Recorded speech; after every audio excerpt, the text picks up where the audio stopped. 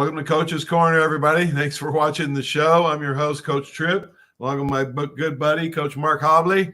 Peace. Coach Hobbs, we got a special guest. That's right, Josh Sitton, Super Bowl champ, 4-time Pro Bowler for the Green Bay Packers, Catholic alum. Josh, thanks for joining the show today. Absolutely, guys. Thank y'all for having me, man. I appreciate it. Man, we're gonna have a blast. Let's start at the beginning. We'll talk about Coach O'Leary for y'all out there that don't know. He was my high school coach and he was Josh's college coach. So we'll talk a lot about George in a few minutes. But Josh, let's start from the beginning, man. You were born in Jacksonville. When did your family move to Pensacola? I was about one. My parents were in the Navy, and they were stationed in Jacksonville, and they got stationed in Pensacola. It was actually my mom's second time being stationed in Pensacola, and I was fortunate that she decided to retire from the Navy in like 92, so we didn't have to move anymore after that. So I got when you look back at all the how things line up, I was blessed to be able to be in one spot for my entire life growing up. So that was definitely a blessing. Man, talk about growing up here in Pensacola and your boys. What sports did you play? Talk about your mom and dad and your siblings. Yeah, so I like I said, I moved here when I was one, and like most pro athletes, I played every sport that I could get my hands on. I started with soccer and t-ball. Ended up playing basketball, tried to do track, tried to do anything. I didn't start playing football until I was about 12. So seventh grade, I started getting a little chunky, and I was insecure taking my shirt off at soccer practice for shirts and skins. So I found a sport that they wouldn't allow you to take a shirt off. So I started playing football. But yeah, I've got like I said, my parents are they were in the Navy. I've got an older brother and older sister, and I was lucky to have them, and they kind of helped guide me through my youth, and they did all the stupid things first. So my mom let me get away with more as the youngest child. I know how it is, man. Hey, I got the youngest brother theory. I'm the youngest of 4 boys. And I just tell everybody I would have never made it in the league or Bama if it wasn't for my older brothers. Man, pounding on you, no mercy on you. That always helps to play with bigger, faster, stronger guys, right? Or girls. Oh yeah. I mean, my brother did absolutely everything he could to beat me, and anything we did, he would cheat, lie, and steal and anything, do anything possible to beat me. So my older brother was the same thing, man. No blood, no foul, and even when there was blood, it was my fault. It's just older brothers and older sisters are great. All right, let's talk about you're actually the one that started the rise actually in the early 2000s at Catholic. You guys had some good teams there and went to the playoffs. And talk about your high school career at Catholic High. Yeah, so I mean, Catholic hadn't done a whole lot in football when I got there for some time, and when I got there it was Coach Keith Hinesley who played college ball, and then Coach Mike Smith came in at the end of my sophomore year, who was the 1991 Pensacola Athlete of the Year, and went on to play baseball and football at Georgia Tech. For O'Leary, for Coach O'Leary. For Coach O'Leary, yep, exactly. So we didn't do much my first year or two, and then my junior year we ended up winning the district for the first time in I don't know 10 or 20 years, I believe it was. So that was a very big deal. We went to the playoffs, we went to the second round, which is a really big deal. My senior year we ended up not making the playoffs, missed it by one game. I still think the refs cheated us in Chipley, but that's probably for another debate. It's another story. Yeah, that place was rough to play. But then the year I left is when you guys went to the state championship game. State championship, yeah. Then it's Katie bar the door. They've been good ever since, man. I hated to leave there, but hey, all right. So let's talk about how Coach Ole. I'm telling you, man, there's certain coaches, Josh, that have a knack for spotting talent. Coach Bryant, my college coach, Jimmy Johnson, the great Cowboys and Miami coach, George O'Leary had an eye for talent. Is it true that Coach O'Leary was one of the very few Division I big schools to offer you? Yeah, so I had I was getting recruited heavily by the SEC and a lot of schools, a couple schools out west throughout my sophomore and junior year, and then a lot of the bigger schools just dropped off, and things just kind of fell by the wayside. I ended up being offered by UCF, UAB, Nicholls State, and then after I accepted my offer to UCF, Auburn came back in the picture and tried to get me. So they were down to two guys, and I think it was down to me and what's his name from Woodham, offensive lineman, my same year. Oh wow! But I ended up telling them no. I'd already committed to UCF, and I wanted to play defensive line. I was going to UCF. I was going to UCF to play D line. So that was one of the big reasons that I went to UCF. They were the only team that recruited me as a D lineman. Wow. I'm going to actually start a segment. We'll let everybody know on my show coming up in July, and they're going to have Bill Pendock as one of our hosts for the show. He spent 7 years on the D line with George O'Leary. Josh, really? 3 in high school, 4 at Syracuse.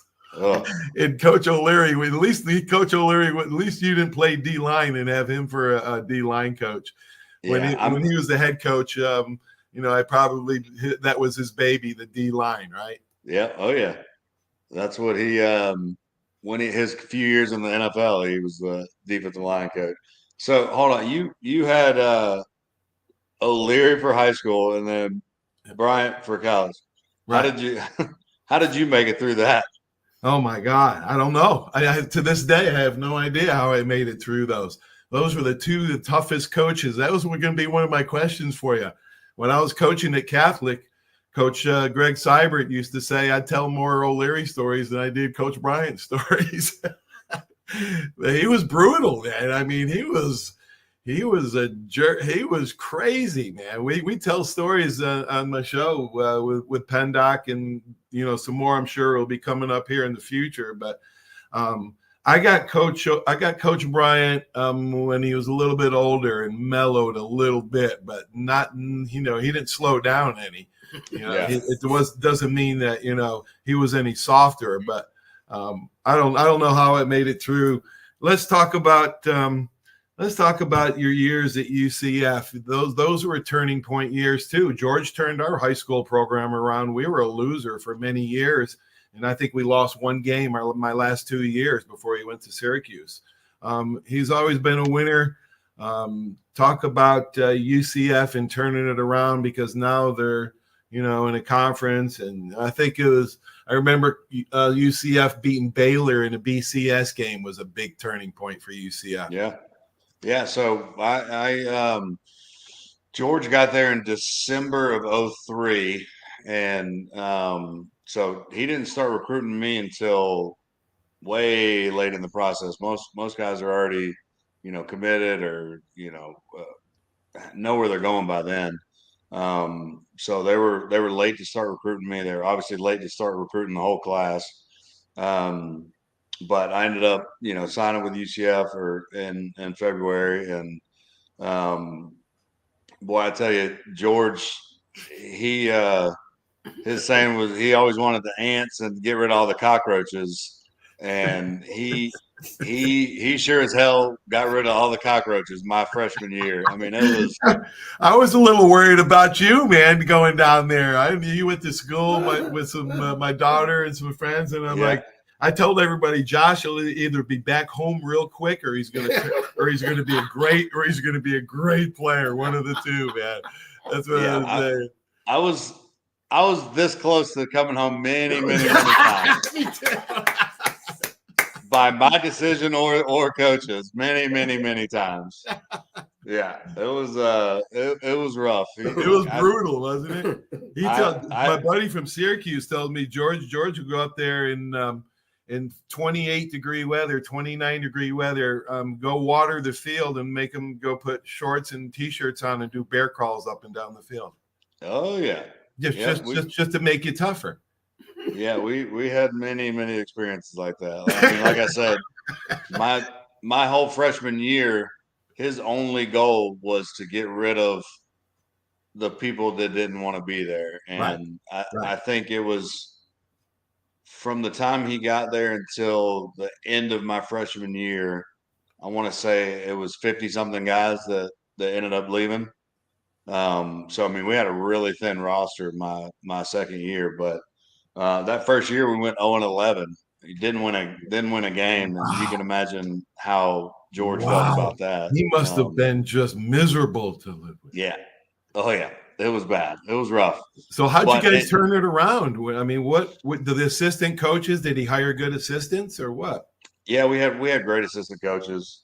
But I mean, he had a way of getting rid of the people that wouldn't fight through stuff, right? And choosing people that were willing to go put in the work every day and start seeing the vision. And you could start seeing that after our freshman year, and you start seeing everything kind of come together. Like in the spring game just felt different. You know, it felt like we had a different core group of guys that cared and really wanted to win. And then we went on to win the east side of the conference. That next year we went from the MAC to Conference USA and won the east side of that conference, and went to the first bowl game ever in school history. Oh my gosh! Won the most games in school history, and it was a pretty awesome year. Holy cow! So you guys just got better. Your senior year, did after coach has been there a while and the culture's changed and guys are going the extra mile because there's no traffic jams on the road, did the extra mile. What did you think going into your senior year? Were you thinking pro? You got a chance to be pro. Did you have any talks with O'Leary or to talk a little bit about your senior year? We never really talked about that. Not until I was done with my senior year did me and George sit down and have a conversation about that. Oh wow. He was very behind the scenes. He was always pushing for me with the scouts and the teams and the GMs, but never did he once sit me down and talk to me about that. Not until we were done. It was always a goal of mine throughout my career, but I was pretty realistic with where I was and my talent level and whatever. So I didn't think I really had a shot, I didn't think I had a shot until my first day in pads and training camp, my first year in the NFL. So like that's, I would tell my wife, my girlfriend at the time, I've got no shot. Like, don't be counting on this. Like, this isn't going to happen. Like, it's a 1 in a million thing. Yeah. But yeah, we went through senior year. We had a little bit of a down year my junior year, and then set tons of records my senior year. Our running back Kevin Smith almost broke Barry Sanders' rushing record. We won 10 games. We went to a big bowl game. We went to the Liberty Bowl. So as a team, we had a really big year. Yeah. I had a great year.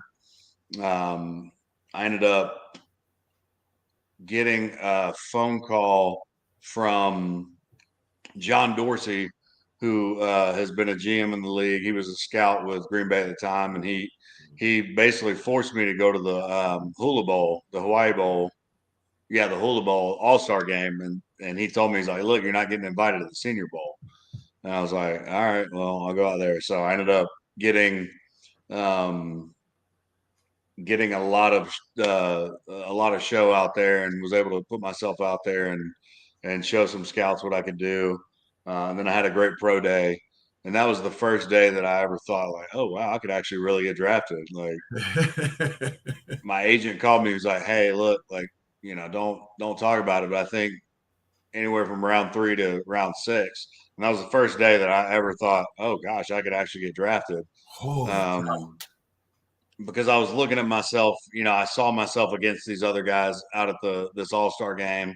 And then I saw my numbers compared to all the guys that were at the combine. You can hang. And I thought, okay, I actually have a chance to get on a roster. Yep. But yeah, that was that first day. It was so what was that call like from the Packers? Because I don't know. I've always been a big Packers fan, goes back to Don Hudson and Bart Starr, and even my good buddy Kent Johnson was a longtime strength coach out there. Rich Wingo I had on the show a couple of weeks ago, was a linebacker for the Packers. I love Vince Lombardi. I've read a lot of books on Coach Lombardi. Man, what is it like to play for the Packers? Come on, man. The stadium, and then your rookie year, you went into Super Bowl. I take it from getting picked. What was the call like, and what was training camp like? Was that Aaron Rodgers' first year, right? Yeah, rookie year. So draft day back then, it was 3 days. So I was a day 3 pick. So it's been a long couple days. It's stressful. My wife could just see it on my face. I'm like sick of this. Like, I'm just waiting to get this over with. I was ready to get that phone call and have a beer and friggin' celebrate. Yeah. Obviously getting the phone call was amazing. Cool seeing my name across the board. Didn't know what to expect with Green Bay. I had been on a visit there, but I still didn't even know where the hell it was really. Had never really traveled in the cold, except for a couple games. But I get to training camp and go through, off season, all that. Get to training camp. And like I said, my first time I ever really thought I could make it was the first day of pads. And we had one-on-ones, and I beat 5-6 guys in a row. And I was like, okay, I got a shot at this. But yeah, it was Aaron Rodgers' first year starting, which was insane. Training camp in Green Bay is kind of crazy anyway. There's fans everywhere. There's 4,000, 5,000, 6,000 fans everywhere. Well, this year there was even more because of the Favre Aaron transition. Yeah. So there's 10,000 fans at practice, all booing my quarterback, because they wanted Favre still there. Oh yeah.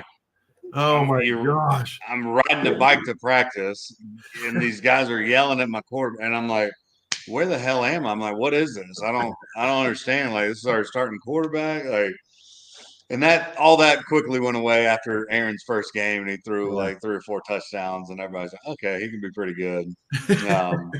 But playing at Lambeau and in Green Bay is, you don't think about it when you're going through it, but it's so unbelievably special. The fans are, I don't think there could be better fans in the world. It's the only thing in Green Bay. It's just, you're in the middle of a neighborhood, and then boom, there's a stadium there, and it's like, oh, what the hell? So I mean, the fans are unbelievable. The organization is unbelievable. Being able to walk the halls of all this greatness, and they make sure you see all the greatness and the championships. And from day one, mission is win a championship, and that's all that mattered. And we knew that from day one. That's all that matters, man. We were lucky. It's all that mattered to O'Leary. When I got to Bama, they just won back-to-back national titles. And then, the varsity came out, and I went, holy shit, what am I doing here? It's just, the expectations and the level is so high.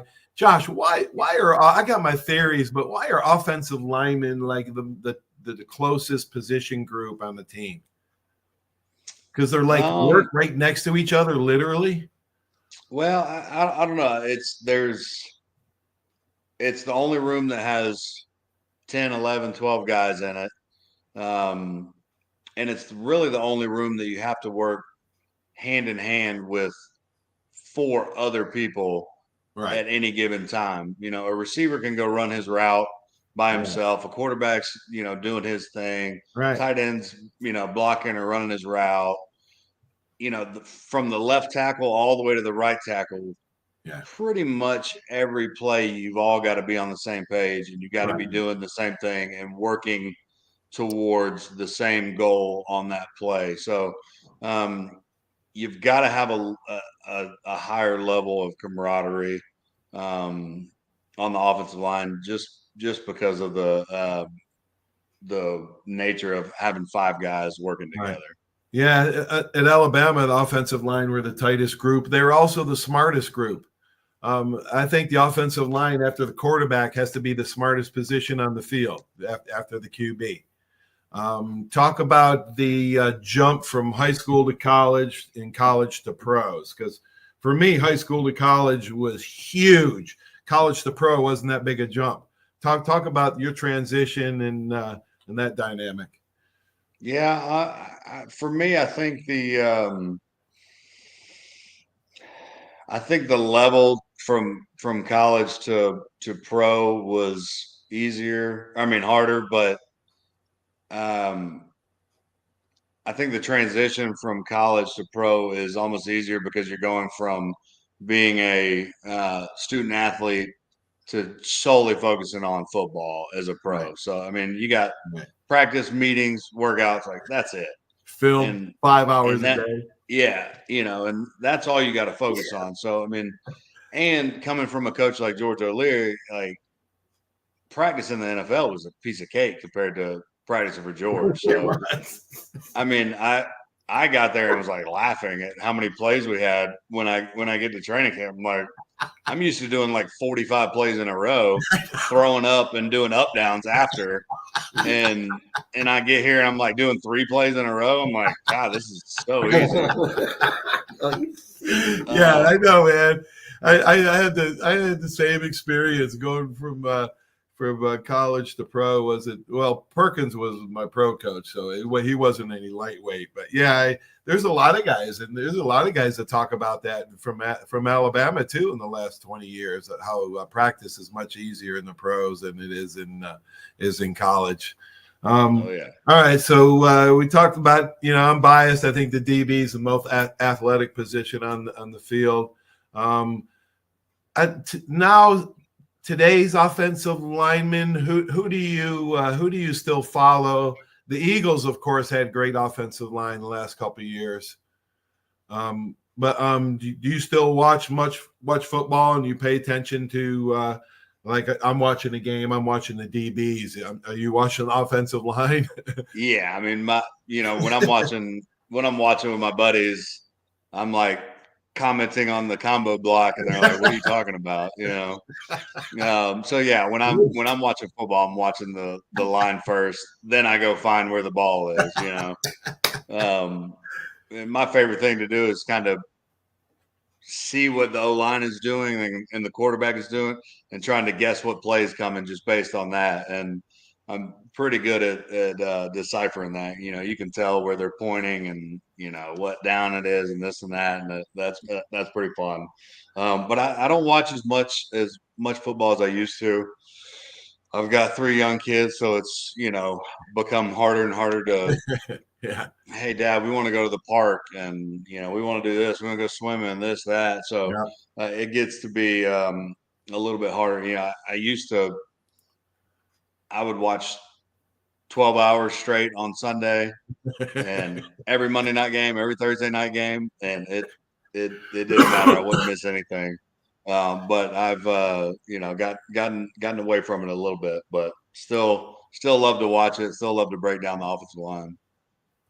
But talk about some of your buddies you miss, man, that you played next to for years and years. Back Terry, talk about some of those guys that you guys went to war with. You guys played hurt. You guys won a Super Bowl. Talk about your first year winning the Super Bowl, and you probably thought you'd be back. Did guys tell you be careful, what you wish for, or it's not that easy? Your rookie year. Talk about that year, Josh. So it was actually my third year. It was 2010 that we won the Super Bowl. But I definitely had that thought. I was like, wow, this is gonna be easy. We made the playoffs my second year, going to Super Bowl run my third year.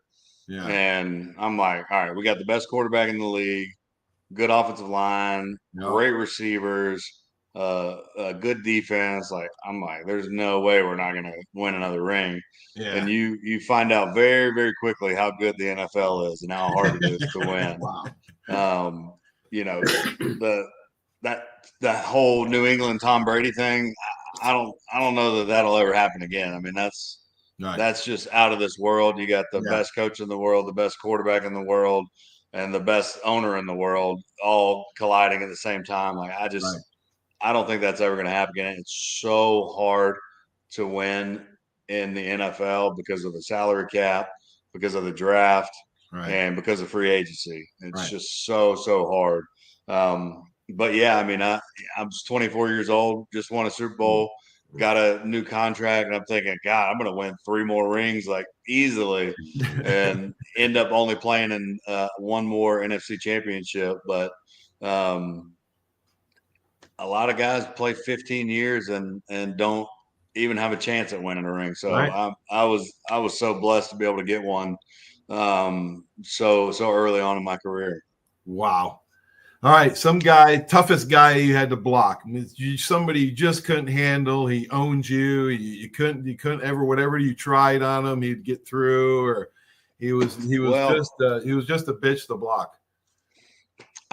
There's a couple guys. I didn't give up a whole lot of sacks in my career, but this one guy, Tommy Harris, he was a D tackle for the Bears. I always played really good against him, but for some reason I gave up 3 sacks to him on 3 different teams. One with the Bears, one with the Colts, and I think the last one was the Chargers. And I mean, I probably gave up 10 sacks in my whole career, and 3 of them were to this guy. But the hardest guy that I went against was Dominican Sue. We just absolutely battled it out. We hated the Lions. The Lions hated us.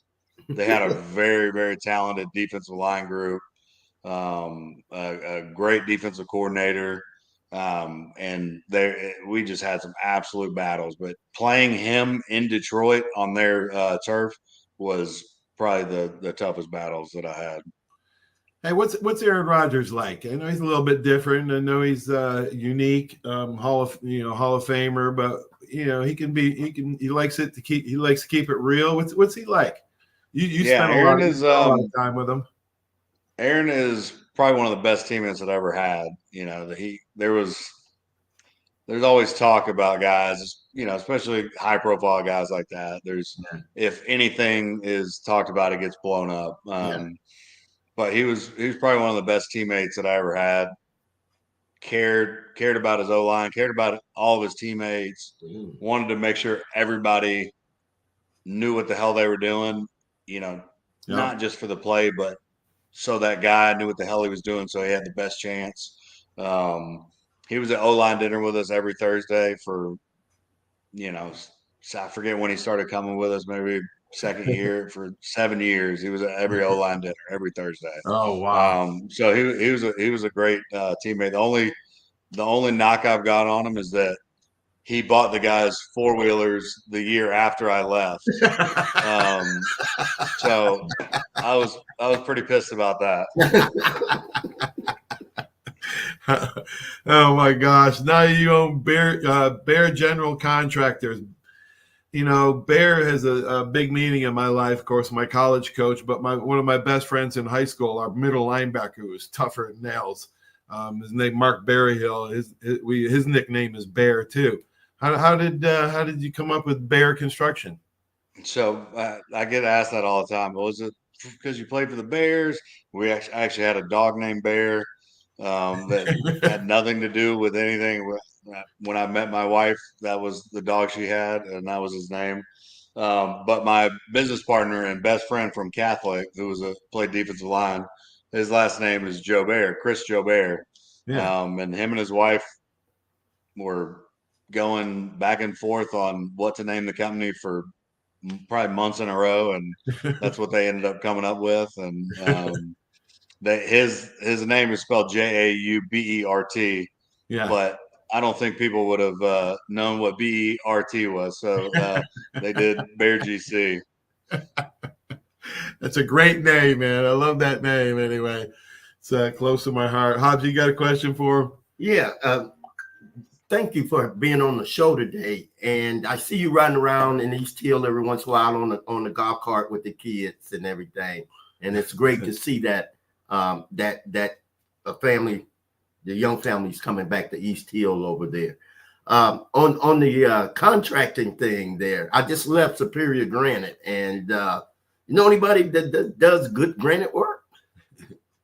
Yeah, we got a few subs out there. Superior, they've done some work for us, and we got a handful of others. But yeah, my brother actually uses Superior all the time. Okay, Miss Indy, I want to give a shout out to her over there.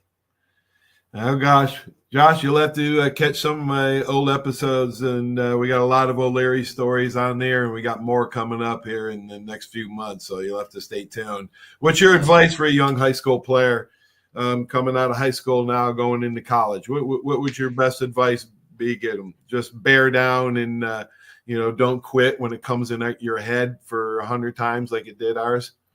Yeah, don't get trapped in the all the hoopla, the social media, and I feel like these kids are treated like all-stars from the time they're 12, 13 years old, and because of social media and all the attention they get, I'd say don't get trapped in that. And anytime you want to quit, don't just talk yourself out of it, because I trust me, there was 100 times I wanted to quit, and I'm sure as hell glad I didn't.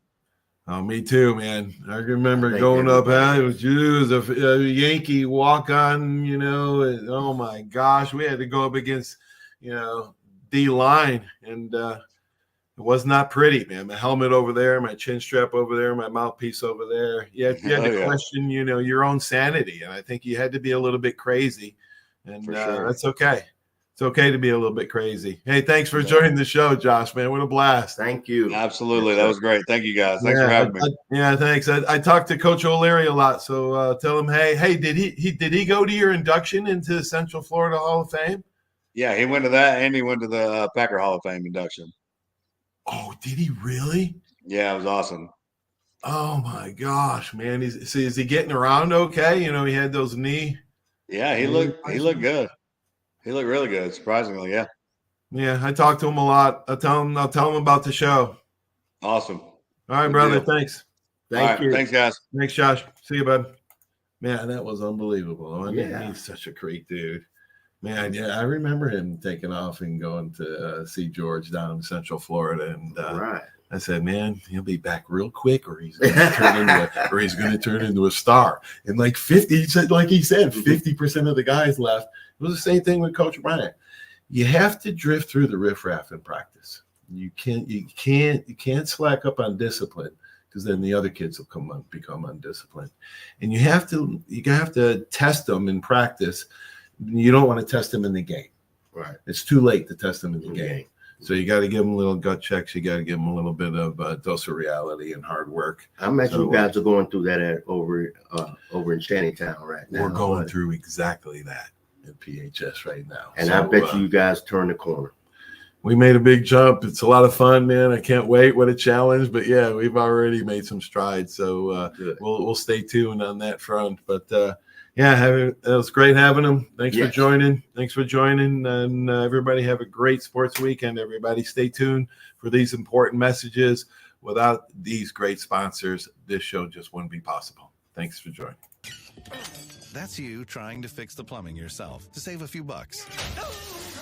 Doing things yourself doesn't always end well. The same goes for insurance. That's why Auto Owners works with local independent agents who tailor coverage to meet your needs and offer discounts for life, home, car, and business insurance. Because sometimes you need a professional to get the job done right. That's simple human sense. There's a reason why Hill Kelly in Pensacola is the #1 selling Chrysler Dodge Jeep Ram dealer between Jacksonville and New Orleans. While other dealers have taken advantage of a competitive market with higher prices, Hill Kelly has discounted prices to the lowest of the year. And Hill Kelly in Pensacola won't surprise you with excessive charges beyond the selling price. Come see why people from Milton, Pace, Foley, Bay Minette, Daphne, Gulf Shores, Mobile, and beyond are driving to Hill Kelly in Pensacola to buy their next new Chrysler, Dodge, Jeep, or Ram. At Hill Kelly, the bottom line price and your satisfaction are what really matter. So before you sign, check the bottom line and make the trip to Hill Kelly in Pensacola to see what true local ownership can do for you. At Hill Kelly Chrysler, Dodge, Jeep, Ram, Highway 29 in Car City, Pensacola. Or shop online 24/7 at hillkellydodge.com. When it comes to bottom line pricing, nobody beats a Hill Kelly deal. Nobody.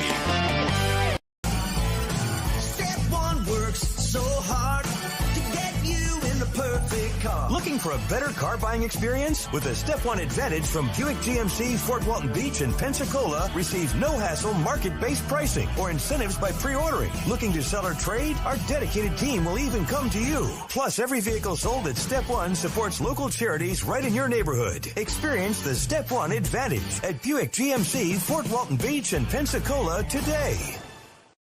Did you know there's a place where you can get good neighbor service and surprisingly great rates on your home and auto insurance? Yep, and that place is, ta-da, State Farm. Here's the deal. State Farm agent Will Rentschler is your go-to agent in Pensacola, Florida for the service you deserve at the price that you want. So stop shopping around. State Farm agent Will Rentschler has you covered. Call 850-433-4678 for your surprisingly great rates today. Like a good neighbor, State Farm is there.